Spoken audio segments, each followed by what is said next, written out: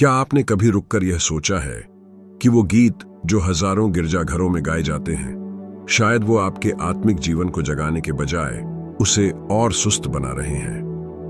हाँ, वो गीत जिन्हें आप पूरे जोश से गाते हैं, उनमें छुपी हो सकती है सूक्ष्म गलतियां, बिगड़ी हुई शिक्षाएं, यहां तक कि ऐसे विचार जो बाइबल की सच्चाई से टकराते हैं। ये गीत आत्मिकता की चादर ओढ़े होते हैं, पर भीतर ही भीतर ये आपके विश्वास को खोखला बना रहे होते हैं। ये आपके मन की शांति को चुरा लेते हैं और आपकी आत्मा को खतरे में डाल देते हैं। इस ऑडियो बाइबल में हम आपको दिखाएंगे वो आत्मिक जाल जो मासूम से दिखने वाले गीतों की पंक्तियों में छिपे होते हैं। जो आप यहां जानने जा रहे हैं वो आपकी आराधना को पूरी तरह बदल सकता है और आपके विश्वास की रक्षा कर सकता है। एक भी पल न गवाइए, क्योंकि यहां हर शब्द मायने रखता है। कई गीत अब परमेश्वर पर नहीं बल्कि मनुष्य पर केंद्रित हो गए हैं। पिछले कुछ वर्षों में बहुत से मसीही गीत लोकप्रिय हुए हैं, पर उनकी गहराई बाइबल से नहीं बल्कि मनुष्यों की भावनाओं और इच्छाओं से आई है। ऐसा लगता है मानो आराधना का केंद्र धीरे धीरे परमेश्वर से हटकर खुद आराधक बन गया है। पंक्तियां जैसे मैं जीतूंगा या मैं आज का दिन अपने लिए घोषित करता हूं, अब आम हो गई हैं। शुरुआत में ये बोल उत्साहित करते हैं, पर ध्यान से देखें तो ये बहुत खतरनाक बदलाव दिखाते हैं। हमने आराधना के सिंहासन पर मनुष्य को बैठा दिया है, जबकि केवल परमेश्वर ही उसकी योग्य है। ऐसे गीत अक्सर आत्म प्रशंसा को बढ़ावा देते हैं, आत्मसमर्पण की जगह अहंकार को लाते हैं और यीशु मसीह पर विश्वास की जगह स्वयं की प्रेरणा को रख देते हैं। जब आप बाइबल को ध्यान से देखते हैं तो आपको पता चलता है कि सच्ची आराधना हमेशा परमेश्वर की ओर इशारा करती है, कभी भी मनुष्य की योग्यता की ओर नहीं। भजन संहिता कहती है, हे प्रभु, न हमें परंतु अपने नाम को महिमा दे। भजन संहिता 115वां भजन, पहला पद। दाऊद, जो खुद एक राजा था, वो जानता था कि उसकी हर जीत प्रभु के हाथों से आती थी। उसने कभी यह नहीं कहा, मैं जीता, जैसे कि सामर्थ उसी में हो, बल्कि उसने कहा, कुछ रथों पर भरोसा रखते हैं, कुछ घोड़ों पर हम तो अपने परमेश्वर यहोवा का नाम स्मरण करेंगे। भजन संहिता 20वां भजन, 7वां पद। जब आप उस विनम्रता को देखते हैं और उसकी तुलना आज के गीतों से करते हैं जो केवल व्यक्तिगत उपलब्धियों की बात करते हैं, तो फर्क बहुत गहरा होता है।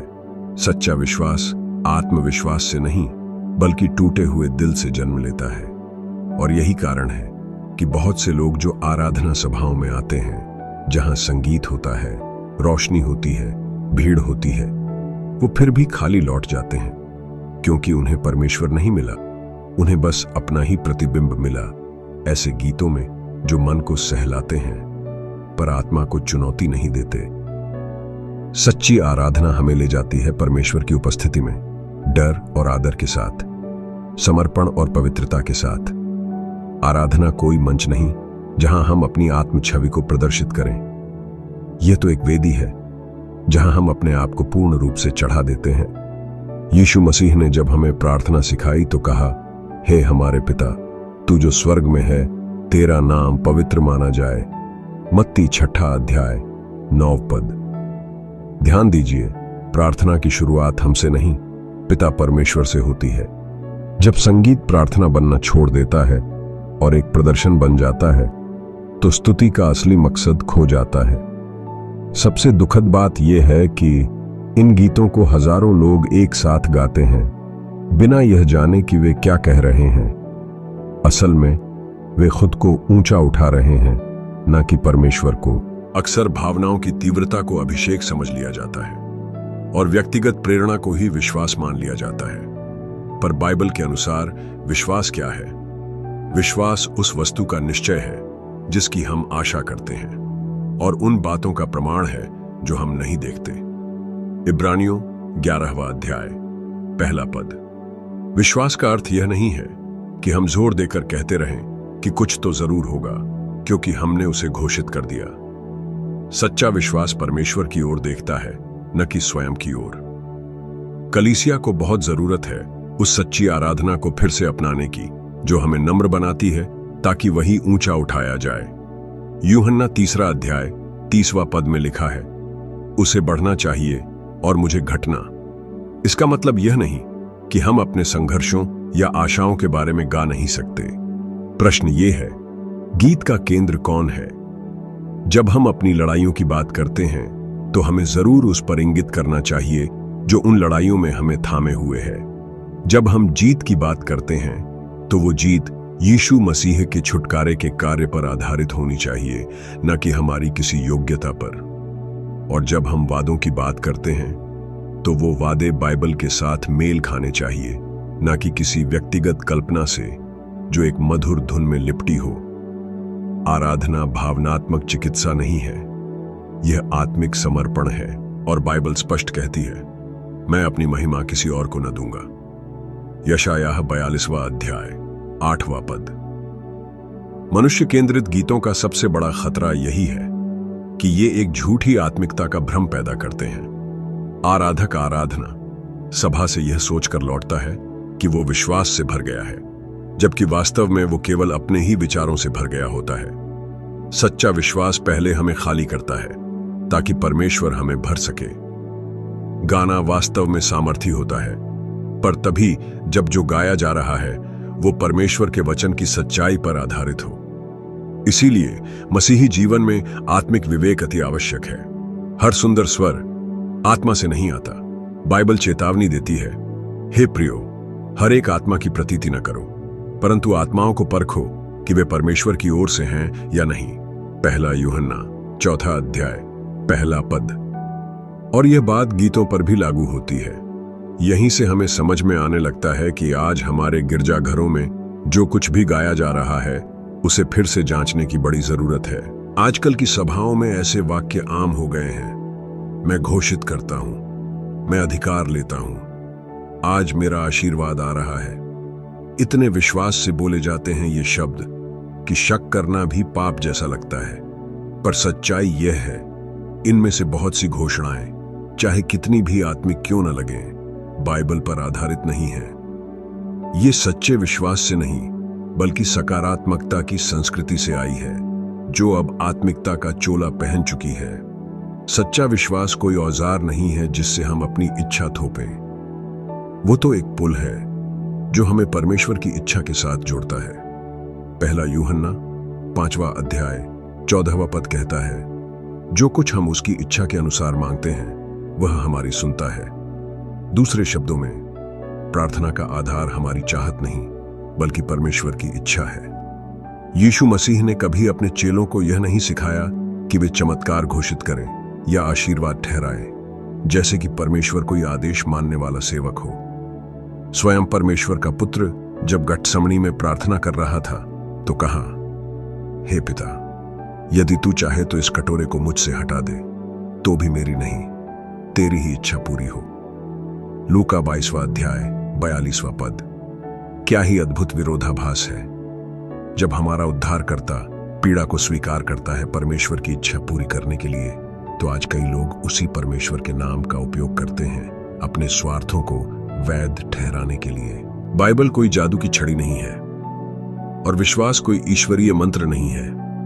अब समय आ गया है कि हम यीशु के नमूने पर लौटें और नम्रता से प्रार्थना करना सीखें, न कि घमंड से।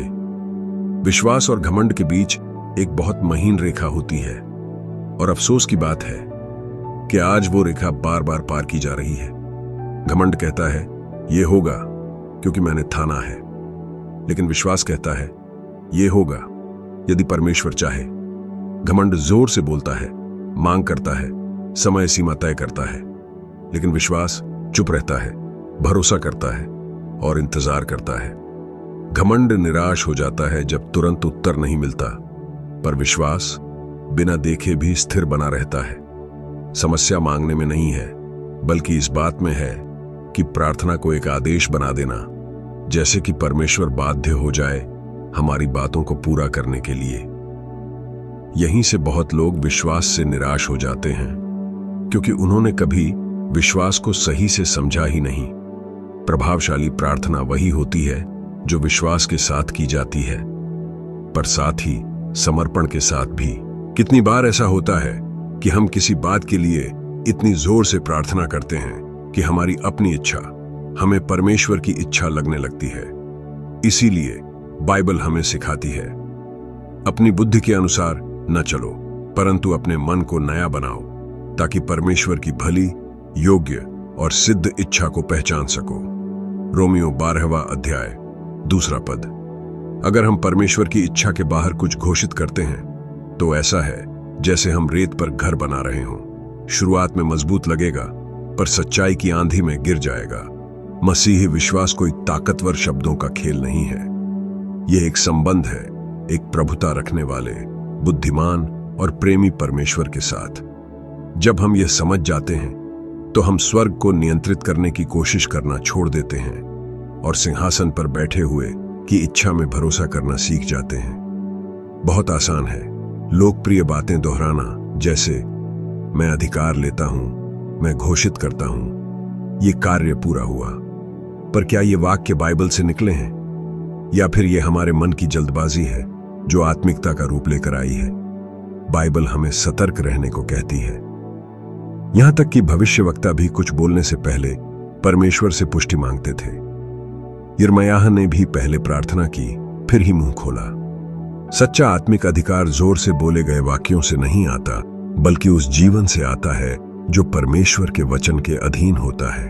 परमेश्वर को एक नम्र मन अधिक प्रिय है, एक बड़ी बड़ी घोषणाओं से भरे हुए मुंह से। अगर हम अपने जीवन में चमत्कार, उत्तर और परिवर्तन देखना चाहते हैं तो हमें उस सरल प्रार्थना पर लौटना होगा जो यीशु ने हमें सिखाई। उन्होंने कहा, यदि तुम मुझ में बने रहो और मेरे वचन तुम में बने रहें तो जो कुछ चाहो मांगो और वह तुमको मिल जाएगा। यूहन्ना 15वां अध्याय 7वां पद। देखिए, रहस्य किसी घोषणा में नहीं है, बल्कि उसमें बने रहने में है। मसीह में बने रहना, वचन में जीना और परमेश्वर की इच्छा को खोजना, यही सच्चे विश्वास का मार्ग है। जो कुछ इससे भटकता है वो भले ही आत्मिक लगे, पर उसमें वास्तविक सामर्थ्य नहीं होता।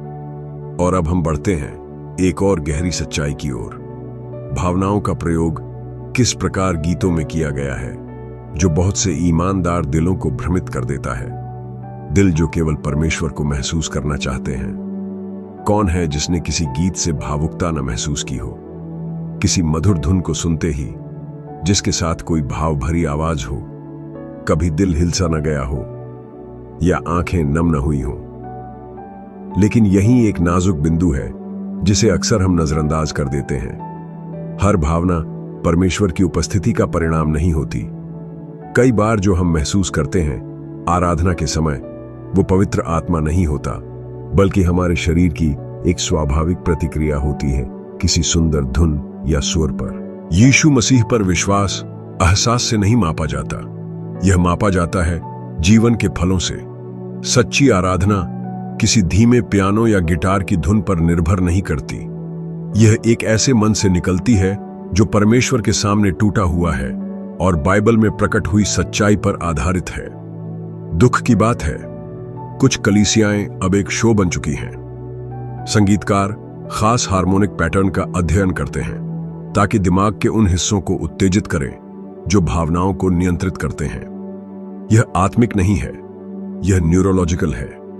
अध्ययन बताते हैं कुछ खास स्वरों का संयोजन, विशेषकर माइनर से मेजर की ओर जाने वाले कॉर्ड्स, अक्सर उत्साह, शांति या गहरे दुख की भावना उत्पन्न करते हैं। और जब यह साधारण संगीत इतना कुछ कर सकता है, तो सोचिए जब इन्हें धार्मिक शब्दों के साथ मिलाया जाए तो कितना प्रभाव पड़ेगा।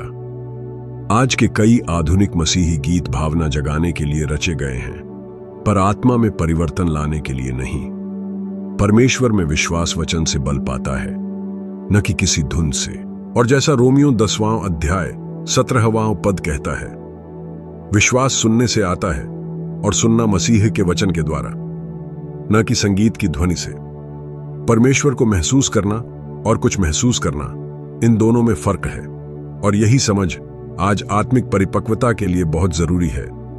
भावना विश्वास की दुश्मन नहीं है, लेकिन यह परमेश्वर की उपस्थिति का प्रमाण भी नहीं है। यीशु मसीह ने भीड़ को हिला दिया, न कि संगीत से, बल्कि सरल शब्दों, गहरी सच्चाइयों और आत्मिक अधिकार से। प्रेरितों के काम 16वां अध्याय 25वां पद में, जब पौलुस और सीलास जेल में थे, उन्होंने परमेश्वर की स्तुति की, बिना किसी संगीत के साधन, बिना रोशनी, बिना भावनात्मक माहौल के। और फिर भी परमेश्वर की सामर्थ्य प्रकट हुई। यह साबित करता है कि सच्ची आराधना को किसी माहौल की जरूरत नहीं होती। यह एक नए जन्म आत्मा से निकलती है जो स्वर्ग से जुड़ा होता है।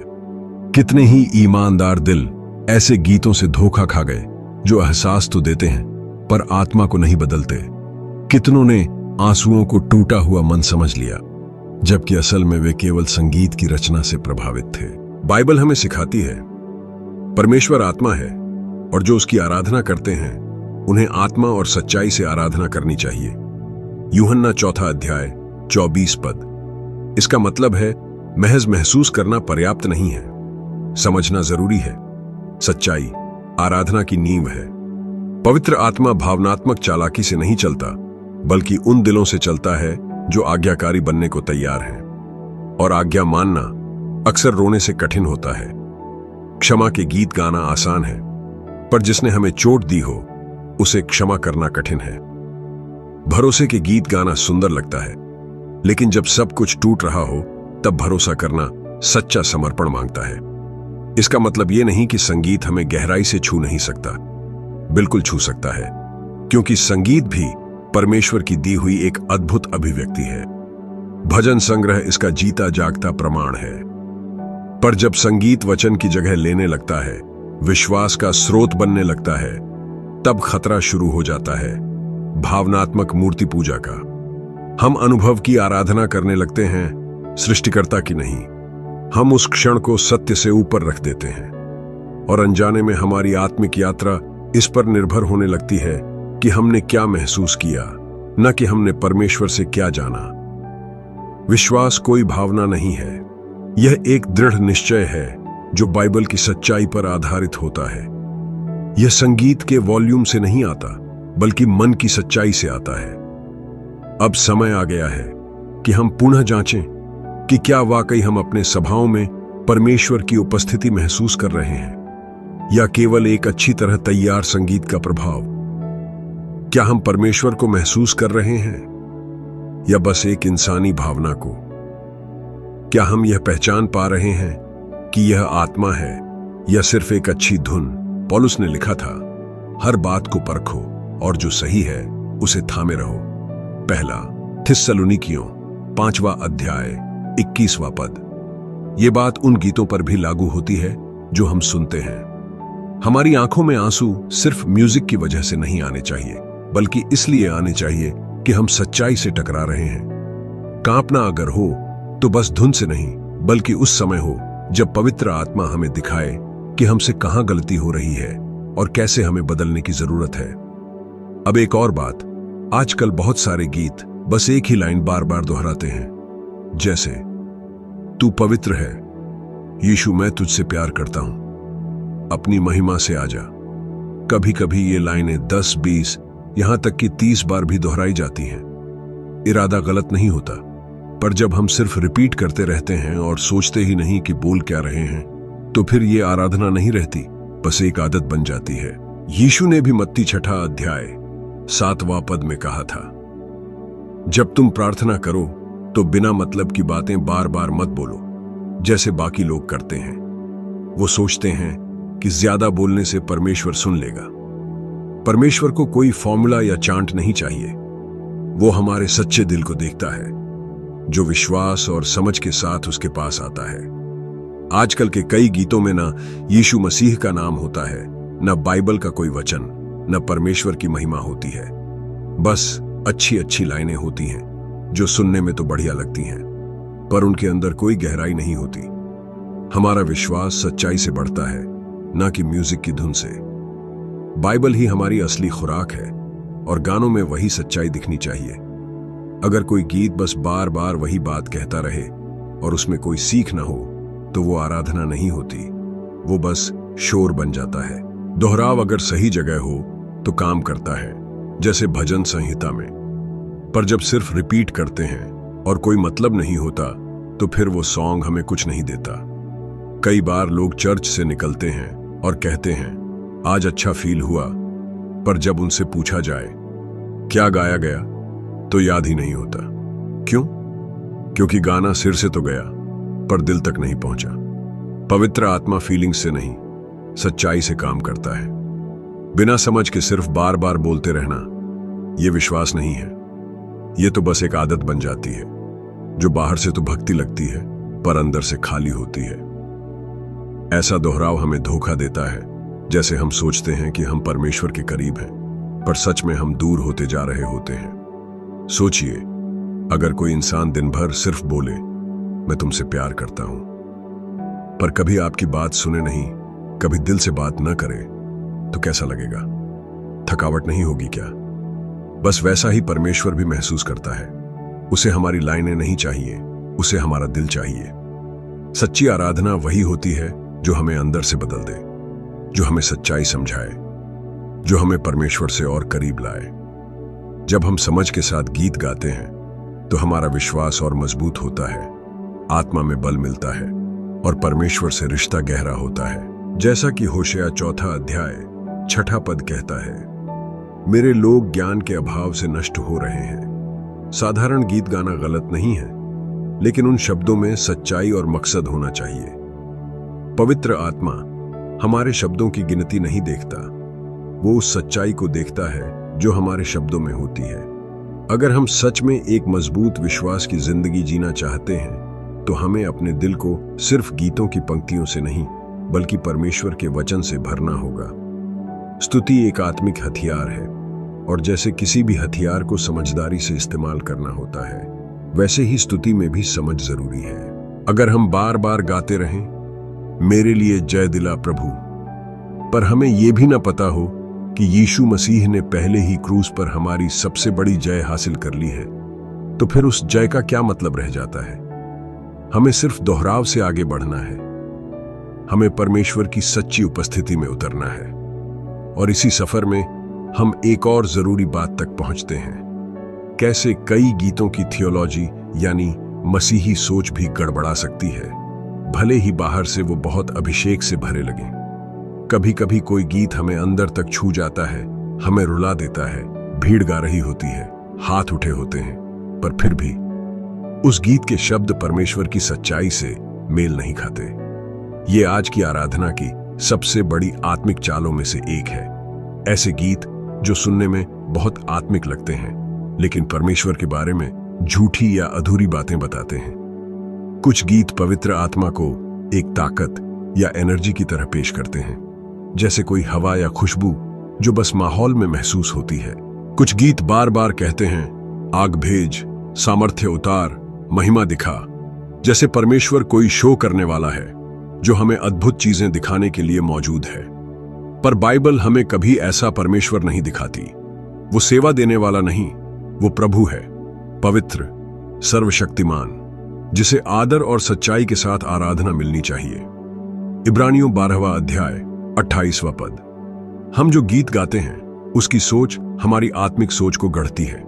इसलिए जब कोई गीत कहता है कि पवित्र आत्मा बस एक हवा, खुशबू या एहसास है, तो हमें रुककर सोचना चाहिए, क्या यह बाइबल के अनुसार है? यूहन्ना 14वां अध्याय 26वां पद में यीशु ने कहा, पवित्र आत्मा एक सिखाने वाला है, हमारा सहायक है, जो हमें वही बातें याद दिलाता है जो यीशु ने सिखाई। वो कोई हल्की हवा नहीं जो सिर्फ वॉरशिप मूड बनने पर आती है। वो परमेश्वर है जो हमारे अंदर वास करता है, जो पाप, धार्मिकता और न्याय का बोध कराता है। यूहन्ना 16वां अध्याय 8वां पद। अगर हम पवित्र आत्मा को सिर्फ एहसासों तक सीमित कर दें तो हम उसकी महिमा और उसकी पहचान से इनकार कर रहे हैं। आजकल के कई गीत आग की मांग करते हैं, जैसे आग भेज प्रभु, आग उतार। पर हमें समझना होगा कि बाइबल में आग का मतलब क्या है। आग कोई शो नहीं थी। आग आई ताकि बलिदान भस्म हो, पाप को ललकारा जाए और लोगों को पता चले कि केवल वही प्रभु है। पहला राजा 18वां अध्याय 38वां पद। इसलिए अगर हम आग की बात करें पर उसके बाइबल अर्थ को न समझें तो ये आत्मिक रूप से खतरनाक हो सकता है। क्या हम उस आग से शुद्ध होने के लिए तैयार हैं या बस उसके एहसास में खो जाना चाहते हैं? ठीक यही बात उन गीतों पर भी लागू होती है जो परमेश्वर को हमारी इच्छाओं का सेवक बना देते हैं। अभी कर प्रभु, मुझे जय दे दे, जो वादा किया है पूरा कर, मैं ठहराता हूं। ये ऐसे शब्द हैं जो इंसान को केंद्र में रखते हैं और परमेश्वर को जैसे कोई आदेश मानने वाला बना देते हैं। पर यह सुसमाचार का उल्टा है। यीशु ने हमें सिखाया, अपने आप का इनकार करो, अपना क्रूस उठाओ और मेरे पीछे हो लो। मत्ती 16वां अध्याय 24वां पद। उन्होंने ये नहीं सिखाया कि हम उनके नाम का इस्तेमाल करें अपने मतलब पूरे करने के लिए। सच्चा विश्वास ये मानता है कि परमेश्वर हमारे सपने पूरे करने के लिए नहीं है, वो हमें बदलने के लिए है, अपने उद्देश्य के अनुसार। और यही रूपांतरण है जो गीतों में महिमा पाए, ना कि हमारी इच्छाएं जो विश्वास का चोला पहन लेती हैं। आज जो बहुत लोग अभिषेक कहते हैं, वो अक्सर भावनाओं और संगीत की परंपरा का मिश्रण होता है। पर सच्चा बाइबल आधारित अभिषेक वो आता है समर्पण से, आज्ञाकारिता से और परमेश्वर के साथ सच्चे संबंध से। पवित्र आत्मा हमें इसलिए अभिषेक करता है कि हम पवित्र जीवन जी सकें, बोल्ड होकर प्रचार कर सकें, नम्रता से सेवा कर सकें। केवल इसलिए नहीं कि हम अच्छा गा लें या किसी को आराधना में रुला दें। बाइबल हमें चेतावनी देती है। 2 तीमुथियुस 4 अध्याय 3 और 4 पद। एक समय आएगा जब लोग सही शिक्षा सहन नहीं करेंगे, बल्कि अपनी इच्छाओं के अनुसार ऐसे शिक्षक इकट्ठा कर लेंगे जो बस वही कहेंगे जो उनके कानों को अच्छा लगेगा। वे सत्य से मुंह मोड़ लेंगे और मनगढ़ंत बातों की ओर मुड़ जाएंगे। ये बात संगीत पर भी लागू होती है। कुछ गीत चाहे जितने भी लोकप्रिय क्यों ना हों, असल में अच्छी तरह रचे गए झूठ होते हैं। अब समय आ गया है कि हम फिर से बाइबल की ओर लौटें। हर गीत के शब्दों को आत्मा की आंखों से परखें। ऐसे गीत गाए जो समझदारी से हों, भय और सच्चाई के साथ हों, परमेश्वर की सच्चाई के लिए जुनून से भरे हों। सच्ची स्तुति सिर्फ एहसास नहीं जगाती, वो समर्पण मांगती है। वो मांगने के लिए नहीं होती, वो आराधना के लिए होती है। अगर हम चाहते हैं कि कलीसिया आत्मिक रूप से परिपक्व हो, तो हमें उस वेदी से शुरुआत करनी होगी जहां स्तुति होती है। हमारे गीत ये दिखाए कि परमेश्वर कौन है, ना कि हम उन्हें क्या बनाना चाहते हैं। हमारे गीत यीशु मसीह को ऊंचा उठाए, ना कि हमारे नाम को। और हमारे गीत हमें एक जीवित पवित्र विश्वास की ओर ले जाए जो परमेश्वर के वचन पर आधारित हो, क्योंकि आखिरकार यही वो चीज है जो दिल को सच में बदलती है। अब आप बताइए, क्या वो गीत जो आप हर हफ्ते गाते हैं कभी आपके मन में या दिल में गहराई से उतरे हैं? क्या आपने इनमें ये गलतियां पहले कभी नोटिस की थी, या आज पहली बार आपकी आंखें खुली? नीचे कमेंट में जरूर बताइए। आपकी आवाज शायद किसी और को भी जगा दे। और हां, अगर इस वीडियो ने आपको आत्मिक रूप से मजबूत किया तो एक लाइक जरूर दीजिए, चैनल को सब्सक्राइब कीजिए और बेल आइकन दबाइए, ताकि आने वाला हर ऐसा कंटेंट आप तक पहुंच सके जो आपके विश्वास को और भी गहराई देगा। और अगर आज आपका भी दिल किसी अनकही सी खालीपन से भरा हुआ है, तो यकीन मानिए आप अकेले नहीं हैं। दुनिया की भीड़, चमक, संपत्ति, रिश्तों और शोहरत के पीछे भागते हुए हम सब कहीं ना कहीं उस खालीपन को भरने की कोशिश करते हैं जिसे सिर्फ परमेश्वर ही भर सकते हैं। भजन संहिता 33वां अध्याय 20वां पद कहता है, हमारी आत्मा यहोवा की आशा रखती है, वह हमारी सहायता और हमारी ढाल है। जी हां, उस खालीपन का जवाब किसी इंसान, किसी गाने या किसी रिश्ते में नहीं, बल्कि केवल प्रभु यीशु मसीह में है। इसलिए स्क्रीन पर जो अगला वीडियो है वो सिर्फ एक और वीडियो नहीं, शायद वो एक कदम हो आपके टूटे हुए दिल को भरने की दिशा में। वो शुरुआत हो सकती है उस सच्चे मिलन की जिसके लिए आपकी आत्मा तरस रही है। जाइए, देखिए और परमेश्वर को मौका दीजिए आपके अंदर के सन्नाटे को अपनी उपस्थिति से भरने का। प्रभु आपको अपनी शांति, सामर्थ और प्रेम से भर दे। फिर मिलते हैं।